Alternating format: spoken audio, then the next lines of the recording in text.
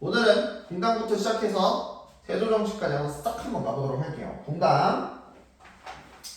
이제 조선시대는요, 붕당, 당이 나눠져요. 이걸 이제 붕당체제라고 이야기를 하는데, 요 붕당체제가 시작됐었던 걸 보면은, 이제 을사사화 이유를 한번 봐야 돼요. 명종 때 을사사화도 소윤과 이제 대윤이 대립을 했었고, 그때 이제 윤희일파가 제거가 되게 됩니다. 반역죄로 제거가 됐었는데, 요때 당시에 이제 3사라고 해서 청유주 있었지, 사원부, 사관원, 홍문관, 요 3사에 대한 인사권을 가졌던 걸 이제 이조전랑이라고 부릅니다.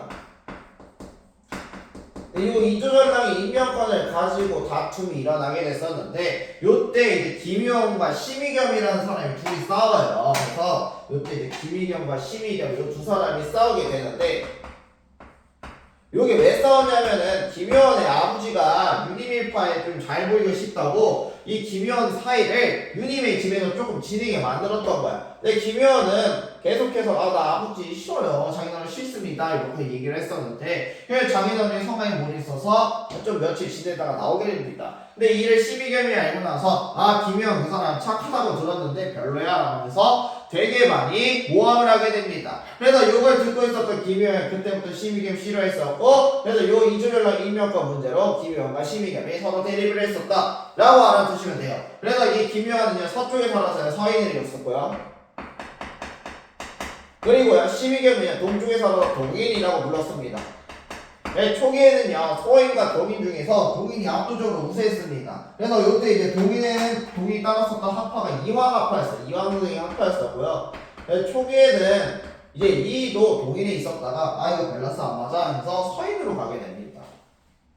그래서 이런 식으로 진행이 됐었다. 이게 진행이 됐었을 당시에 우리 조선의 왕은 누구였었냐면 임금은 선조였습니다. 선조였고, 이런 식으로 뚜비뚜밥 이러고 있었는데, 이러다가 이 동인이 두 개로 나눠지게 됩니다. 이때 당시 이제 북인과 서인에 대해서 정철의 임명권을 가지고 둘이 싸워요. 그래서 북인과 남인으로 나눠지게 된다. 그리고 서인은 그대로 쓱 하고 오게 되는데, 이때 당시에 이제 선조가 죽고 나서 광해군이 즉위를 하게 됩니다. 이렇게 즉위한 광해군과 같이 권력을 얻었었던 당이 어디였냐면 당시에 북인이었어요. 왜냐면 북인은요 당시 광해군이 임진을 할 때 선조에 의해서 세자에 임명되고, 그 세자에 임명됐던 이유가 이 임진왜란을 한번 잘 막아봐라 이거였는데, 잘 막아야 근데 이거 누구랑 같이 잘 막냐? 북인이랑 잘 막아. 그러니까 전쟁터에서 생산을 오고 가고 하다 보니까 이제 북인이 마음에 들었고, 그러면서 북인이 세력을 잡게 되었었다라고 보면 될 것 같고요. 근데 이랬던 광해군은요 당시 인조 반정으로 물러나게 됐죠. 그래서 나가리, 그래서 인조 즉위. 이때 당시 인조가 반정 일으킬 수 있게 도와줬던 게 어디였어요? 서인이었죠. 그럼 당연히 다음 권력은 누가 잡을 거야? 그렇지, 서인이 잡게 된다. 그래서 서인이 권력 잡고요. 북인은 어떻게 될까요? 자연스럽게 광해군이 처단돼서 나가게 되고, 그대로 남인이 내려오게 됩니다. 이렇게 내려왔었다. 자, 그리고 나서 이제 병자호란이 있고 하니까 혼란스러웠어요. 혼란스러운 와중에 이제 인조가 자기 아들 소현세자가 청나라 가서 청나라를 받아들여야 됩니다 라는 이상한 소리, 인조 입장에서 이상한 소리 하나니까 소현세자가 너 자리가 안 돼, 껄떡이야 막 붓 던지고 멀어 던지고 난리가 났어요. 그러다 어느 날 소현세자가 갑자기 죽게 되자 그의 동생이었던 복림대군이 왕에 오릅니다. 그게 바로 효종이다. 효종 그대로 그때도 이제 서인과 남인 그대로 내려왔었는데, 요 시기 때 서인과 남인을 보면은 우리 조금 정책적으로 누가 잘하나 그거 한번 싸워볼까 하면서 붙었었던 게 조금 컸어요. 그래서 정책적으로 좀 많이 싸웠고요.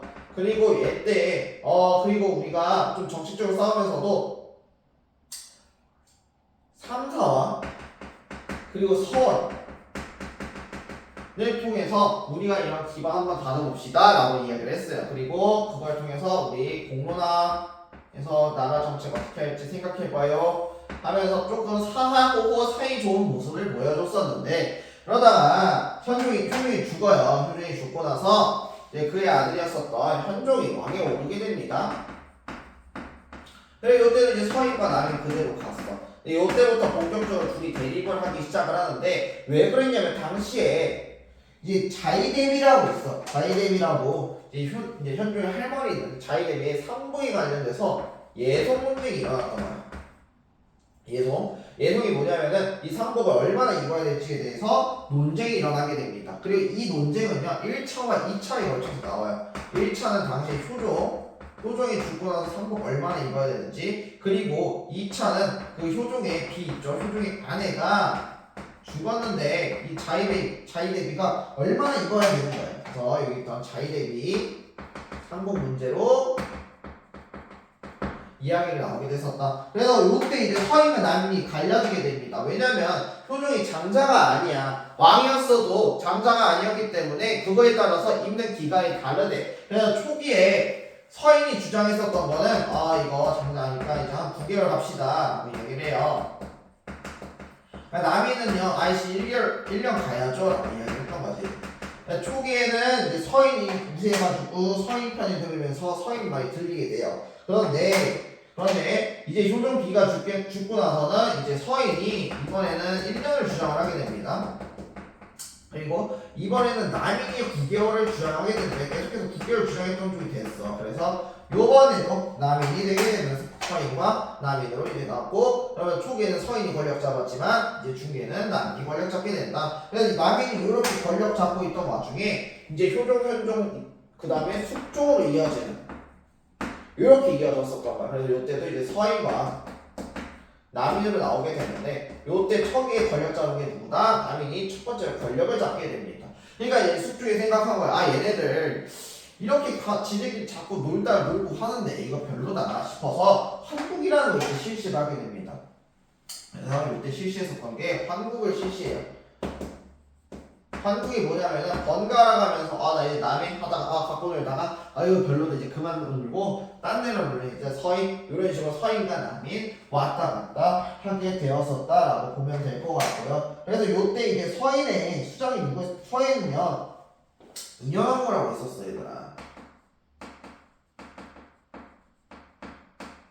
서인 측에서 숙종의 마음 돌리려고 인현왕후를 결혼을 시켰어. 근데 이 인현왕후는 자신을 여자로서 정절을 시켜야 되고 조신해야 된대. 그래서 뭔가 애교도 없고 그러니까 숙종이 별로래. 근데 남인 측에서는요 무술이 출신 좀 이쁘다는 옥정이 장희빈 이 사람을 추대를 한 거야. 그래서 숙종이 여기서 좀 부 빠졌던 거지. 그래서 초기에는 남인과 뜨거뜨거 놀다가 너무 이게 놀다 보니까 재미가 없는 거야. 그래서 인형왕후를 버렸는데 쫓고 장옥정을 왕후에 쳤는데 이 옥정이를 물려치고 인형왕후를 다시 왕비에 올립니다. 이런 식으로 편덕군이 한국을 했었다 라고 보면 될 것 같고요. 그러다가 인형왕후가 수상 없이 죽어요. 수상 없이 죽고 나서 수상 없이 죽으니까 이제 숙종이 어떻게 하지 하고 있다가 옥정이가 숙종이 아들 낳아버렸네. 근데 이미 숙종은 이때 숙비칠씨라고 해서 다른 애한테 사랑에 빠져 있었던 거야. 그래서 옥정이 하다가 옥정이가 인형호를 이제 저주했다는 게 들려나면서 옥정이도 컷당하게 됩니다.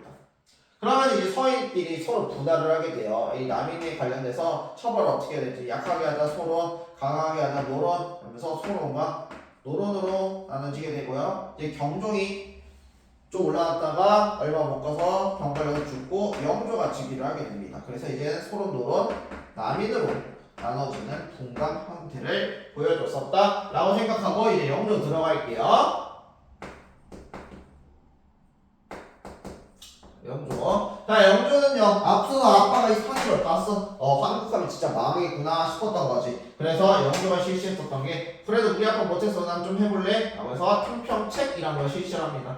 자신은요 당파에 상관없이 인재를 골고루 등용하겠다 그래서 탕평책을 제시를 하고요. 그리고 이러한 자신의 탕평에 대해서 좀 더 확실한 의지를 보여주고자 탕평비라는 걸 건립을 하게 됩니다. 그래서 이런 식으로 나아가게 되고요. 이제 영조 때 생각을 했던 거야. 왜 지금 이런 분당 형태가 나왔었고 내가 탕평까지 실시해야 될까? 라고 생각하니까 위에 있었던 살인애들 문제네. 그럼 이 살인애들 문제면 얘네 뿌리를 없애버리면 되겠다 싶어가지고 서원 축소시켜요.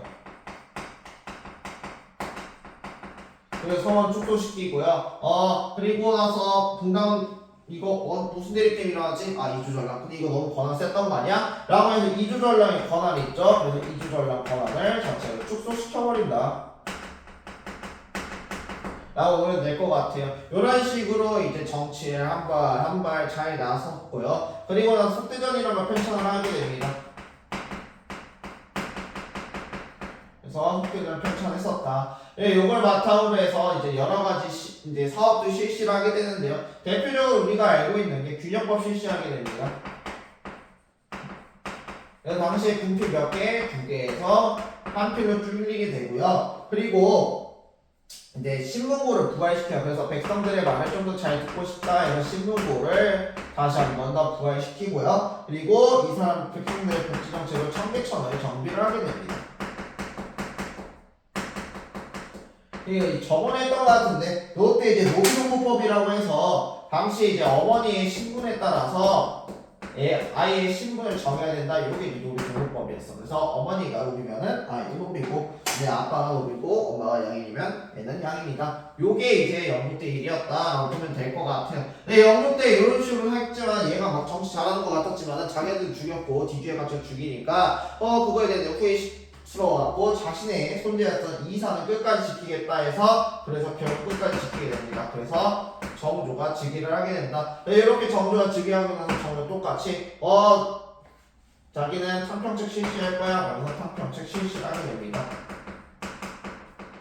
근데 이제 영조에서 정조로 넘어갈 때 이때 이제 정조의 아버지였었던 사도세자가 죽게 되게 됩니다. 근데 요 사도세자의 죽음에 관련돼 있었던 애들이 누구냐면 당시 이제 요 노론이었어. 그래서 사도세자가 자꾸 노론 견제하니까 노론 측에서 모함해서 사도세자를 죽여버리죠. 그러니까 이제 정조 입장에서는 노론이 어때? 존나 보기 싫죠. 빡치죠. 그래서 올라오자마자 이런 얘기하면 나는 죽은 사도세자의 아들이다 하면서 나 건드릴 수 있으면 건드려 라고 얘기했던 거지. 이렇게 과감하게 말을 했었던 이유 중 하나가 하루하루가 정조한테 존나게 힘들었어요. 왜냐면은요 자꾸 자기를 암살하려고 해. 그래서 자기 왕에 오르자마자 했던 행동 중 하나가 일단은 장용병이라는 걸 설치를 하게 됩니다. 요거는 군사기구예요.